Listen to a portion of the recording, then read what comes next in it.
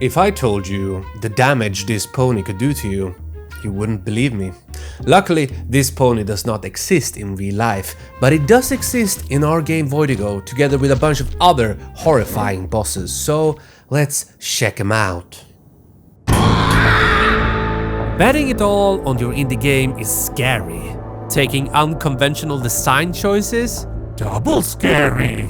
and doing so with something as vital as our bosses. That's triple scary. And yes, these luscious lips were a risk. Okay, let's revisit this ancient. What is this game all about? We went all in with Voidigo. We thought to ourselves, which games do we like? So we had this game over here, and this game over here, and that game over up in here. And then we thought like, oh, can 3 people do a baby together? We're like the awesome bosses of Voidigo. Who makes the bosses in Voidigo awesome too. Especially Robin. Yeah, Robin. Many roguelites feature bosses either in dedicated rooms or at the end of a level. But we decided to do it a little bit different in Voidigo. Something that we really wanted to do was a hunting mechanic for the bosses, where like instead of fighting the boss at the end of each level, you would fight it during the level. We got a lot of inspiration from the Monster Hunter games and how they managed to do such dynamic boss fights that keep the arena ever changing. And that was interesting. Why not try that? But of course, we didn't steal it. Hey guys, I found the source code of Monster Hunter. We only wanted to try it out in our game a little bit. This dynamic isn't new in gaming, but in roguelites it might be a first. The main problem we had was people would encounter the boss and they thought like, I need to kill this boss right away. We needed to convey that it's kind of time for a boss fight, but not really. We still wanted a little bit of control when we introduced the boss to the world, and we did that with the beacons. The beacons.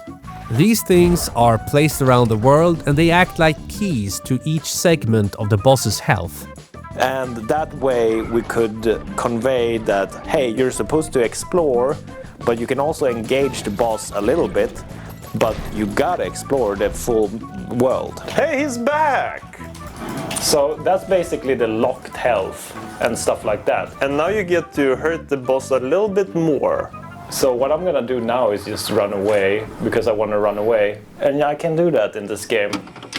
Our beacon design also emphasizes a crucial game mechanic of Voidigo: jumping and stomping. By making them only activate on stomp, we suddenly remind players to jump and stomp overall. And that's important because it's a big part of the Voidigo gameplay. If you never learn how to stomp in Voidigo, then you're not gonna have a good time. No, there's no... You can jump on all of these. Oh yeah, and they actually give some money when you stomp on them. Yeah, because lunch money. Yeah. You ever done that to a little weak nerd in your school? I sure was. I always did the toilet thing. Yeah, put them in the toilet. It was so weird to be on the other side of it. But like, I feel like in this company we give more than we receive. We do. And then we don't do that stuff to each other. Yeah, we don't have to dunk each other's heads in the toilet and flush. When Mario gets dunked in the toilet, he goes to a different kind of world, but I just get my hair wet and it's not as fun. Yeah. Now let's talk about the boss designs. They are very special, in a good way. Very interesting stuff. Yeah, this is like one of the earliest things. This is like when I was living at home still, and I was pretty sad and depressed and also too old to be living at home. You can see that in number 6. You really can. This is how I felt. My parents looming over me with all the teeth and me being a little worm, a little parasite. Oh yeah, we already had the little guys, and then we wanted to figure out a boss for their faction. Then we realized that owl babies, they're horrible looking.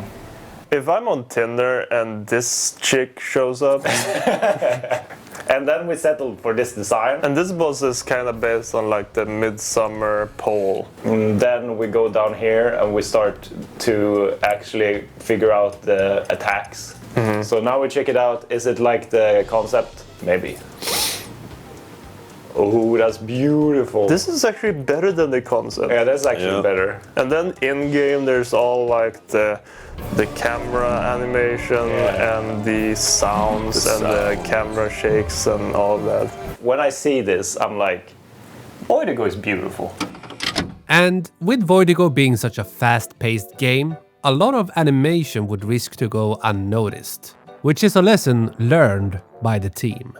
That's awesome, guys. Look at this.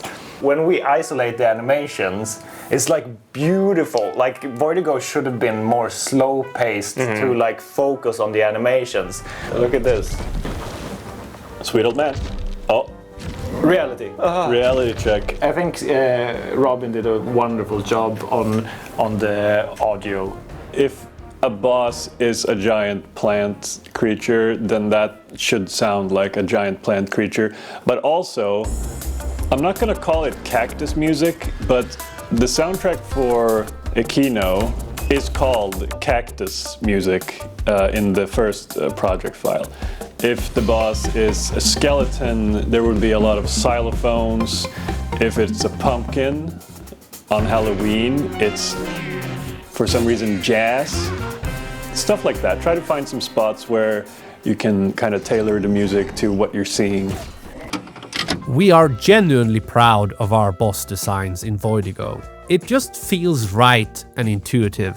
Well, Yeah, and I hope you guys like our bosses. and I'd like to give a little shout out to the community for helping us balance all these bosses, because that was tricky to do for sure. And Also, lippy plop, that mouth. yeah, pucker up, babe. No. Sharing our design choices and passion for Voidigo through these videos makes the years we've invested feel even more worthwhile. The boss mechanics, that's something that I'm very proud of. And I'm so happy that we got it down. And every single design decision we did is just, I'm proud of that. And it's good.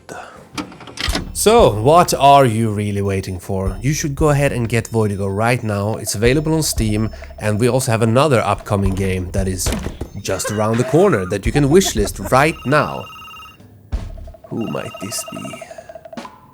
Hello, yes? He screamed! Oh, he screamed! I hate prank callers.